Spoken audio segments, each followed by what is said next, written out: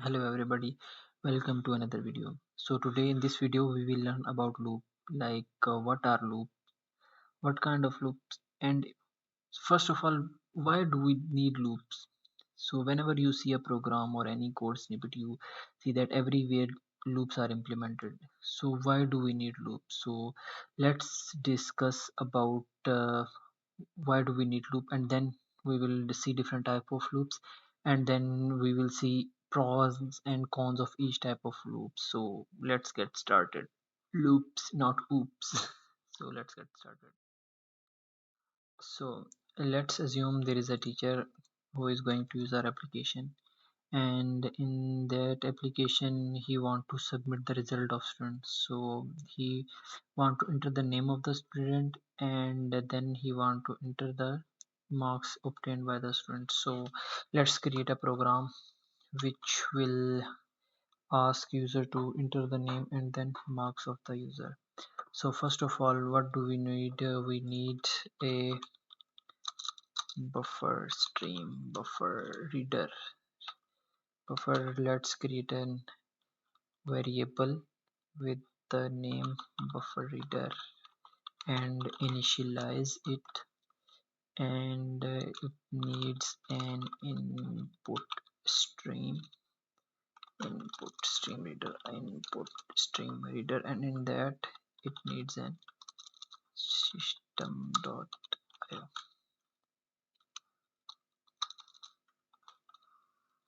system.in.io.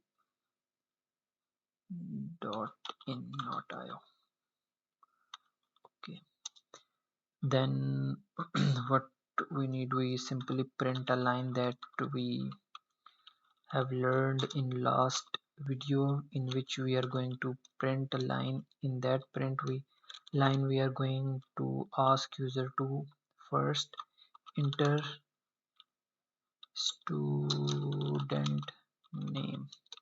We will create a string with name, and we will ask buffer reader dot read line to read a line from user, and whatever user enter as a it will store that info in this variable name as a string. So it is giving us an error like unhandled exception, IO exception. So for that we need to put it in a try catch block. So for now we are just simply putting it in the try catch block. Now we have a name. Then what we else we need is, we want teacher to ask we want our program to ask from teacher like enter student marks. Okay, so for that we are going to create an integer marks, and we will be going to read that marks from the user. Okay, so let's run it. Let's see. Alex is the student name and his marks is 40. So you see, for one student it's working fine. It's asking for the student name and then asking for the marks. But what if teacher is going to add marks of a complete class, and that class contains at least 40 students? Then if we don't have loops, what we are going to do? We are like, after getting this, we need to do some stuff, uh, either store in db or in excel or somewhere else somewhere else. Okay, so we will handle the data later, but currently we will be focusing on loop. So you see, if we have only one student, then it's working perfectly fine. But if we have 40 students and we don't have loops, what we need to do? We need to copy it and paste it, and then paste it each time. So it's giving error. So what we can do, we can create these variables up here and marks and 0, and then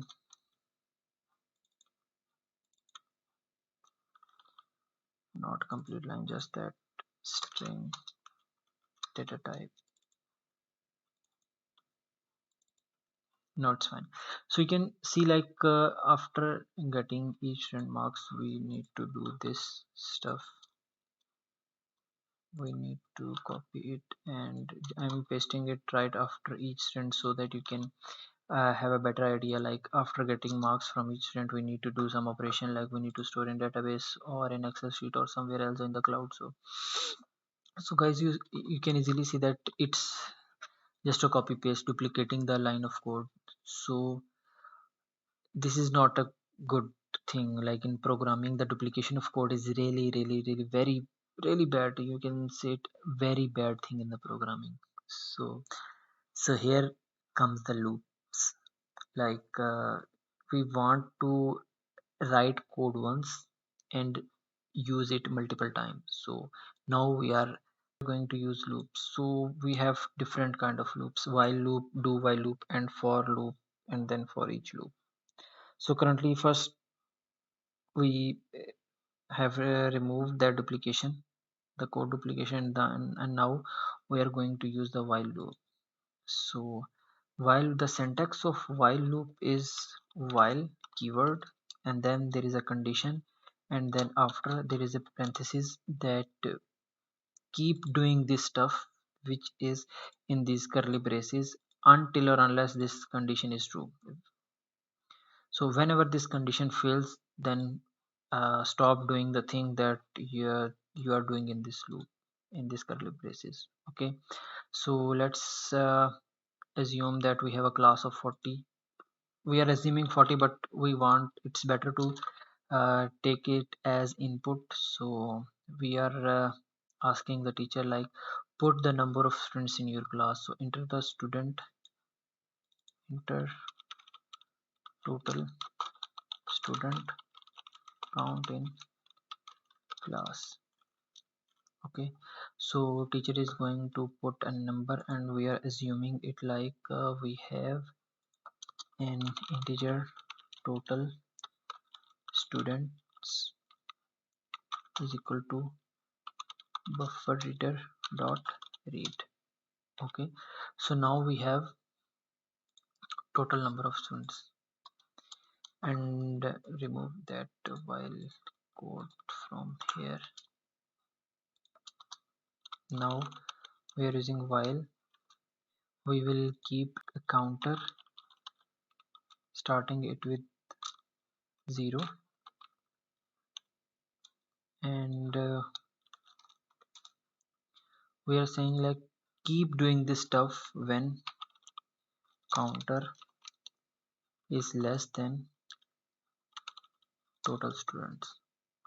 Okay, so when counter is less than students, our this the code inside this curly braces will run again and again. So we are going to cut the code from here and paste it in that block, and each time we are going to ask from user, and now we after when this complete, I want to let us know that we are out of that block, and data of all students added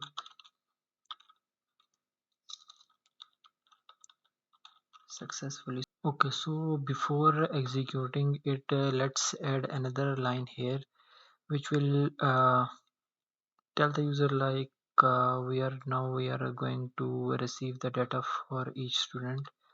So let's add another line here just to make our program more user friendly.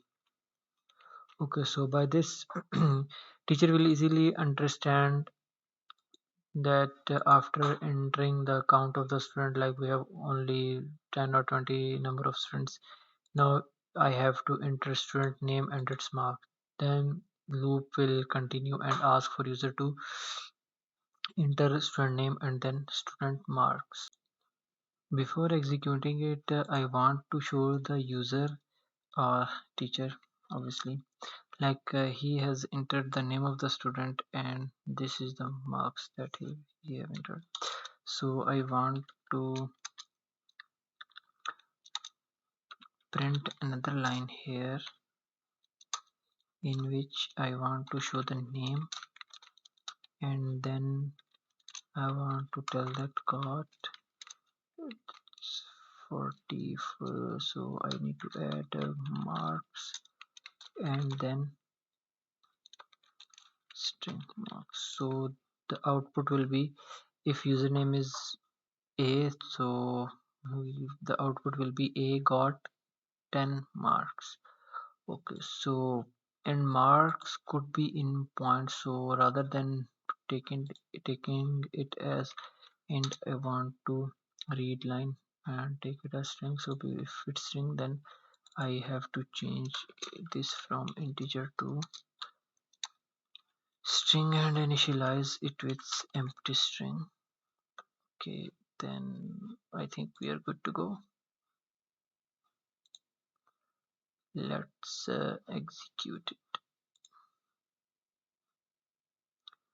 Okay, so I am going to enter 5 students. So first student name is Alex and he got 20 marks, and the second student will be William and he got 10.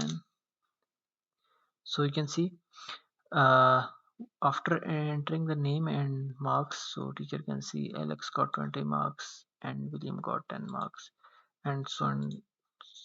So for like Bob got 10 marks, Trump got 50 marks, and George got 3 marks. So after that, you see data for all students have added successfully. So this is the benefit of the loops. We have write the code once and now we are using it multiple times. So you remember in previous example we were if we are not using loops and we have to get the data of multiple students, then we need to duplicate our code. So this is the while loop. So you see that writing the code once and using it multiple times is how much beneficial to us. So now let's go to do while loop. Let's see its structure. So we have a do keyword, then we have this curly braces, and then while keyword, and then parenthesis. So do this stuff, then check this condition, either it's true or false, and keep doing this stuff in this do block until or unless the condition in the while is correct. Okay, so in this what is the main difference between while and do while loop is while loop it first check the condition and then starts its execution, but in the do while loop there must be a one execution of this code and then we will check for the condition that we have in while loop. Okay, so let's assume so let's convert this our implementation in this do while loop. Okay, okay, let's continue with this example. Okay, so I want to ask from user from the teacher, like what are the students count. What if I don't know or I don't want to user to specify the count at the start, and user can input any number of student data in the program. Okay, so what we can do, we are going to check we are going to pass this code. I'm going to cut this code and paste it here. Okay, and then after reading this, I'm going to ask from user like do you want to enter the data for more students, or do you want to continue adding student data? Okay, so you see, I haven't asked from the user to put the data at very first place. Okay, and now I'm going to add the data for the student, and then I'm going to ask from the user like do you want to continue, or you have more students to do you have more students for okay. So now I'm uh, string is more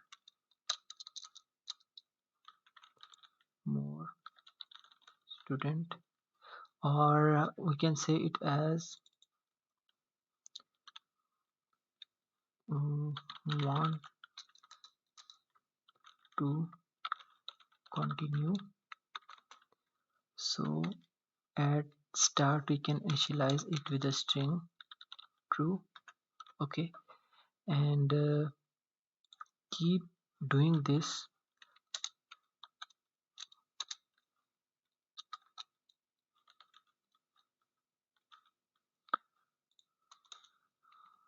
and want to continue is equal to okay. So you see, I'm going to ask to enter the student name and student marks, and then I will ask teacher do you want to continue adding the student data, and if teacher say yes, then I am going to allows teacher to add data of another student. Okay, so rather than true we will say yes. Yes. Okay, and before this I think we should make it more user friendly so that people will like this when they start using it. Start start adding student data. Okay, so now you see our code is minimized. We don't have to handle that counter, so it will count our students count, and still we are good to go. We can ask the teacher to add the data and marks, student name and marks. Okay, let's execute it. Okay, so student name is Alex and its marks is 50. Do you want to continue adding student data? Yes, I want to continue. It's enter student name Bob, marks 30. Do you want to? Yes, I want to. And then it's Finn. Yes, it's his marks is 40. And if I want to stop the execution or terminate the program, I will say no or any other text. So to make it more meaningful, I want to put a no here.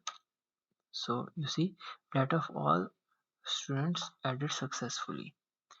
So this is the main difference between while and do while loop. In while loop, even your first execution is controlled. It depends upon the condition that you put in the while, and for the do while, there must be an execution of the code which is in do, and then the condition will be checked. So that's all for the do while loop. Now let's continue to the for loop.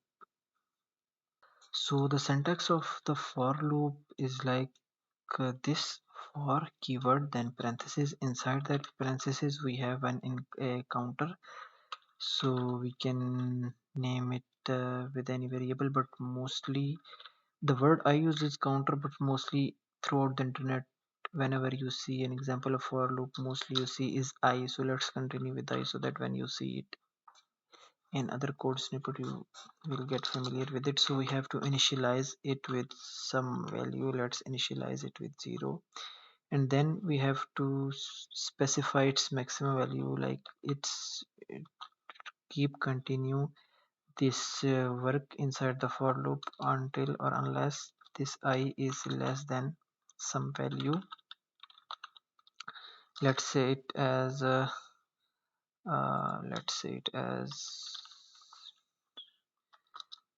int total count is equal to 0. Let's create, I have just created a variable here, integer variable here, to just to tell you that how it works.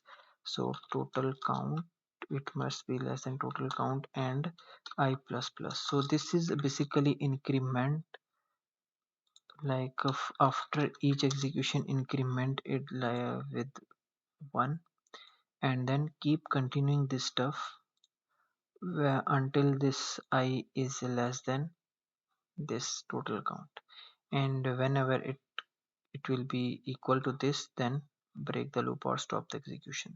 Okay, so for this we are going to ask the user to enter total student counts or total student numbers.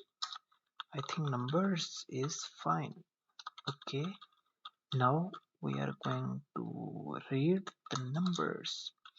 Okay, so we have total count, and now we are going to do the typecasting value of, and we are going to read it from user. So we are going to read in. Okay, so we have our integer here, the total count, and we can keep using the same code to ask user to enter the data, and then we can remove this code from here till here. Okay, so no, this is not useful. Okay, we can remove that also. Okay, so you see the code is very clean and very concise in this for loop. Total number count, we have 5. Enter the student name, we have Bob 50, and now we have added the data successfully. So you see, while loop, do while loop, they both are useful and very effective, but the for loop is way more efficient and very you need to write very less code to get more values. Okay, so this is our for loop. Okay, so that's all. Please like and share my video, subscribe my channel, stay tuned, take care, bye.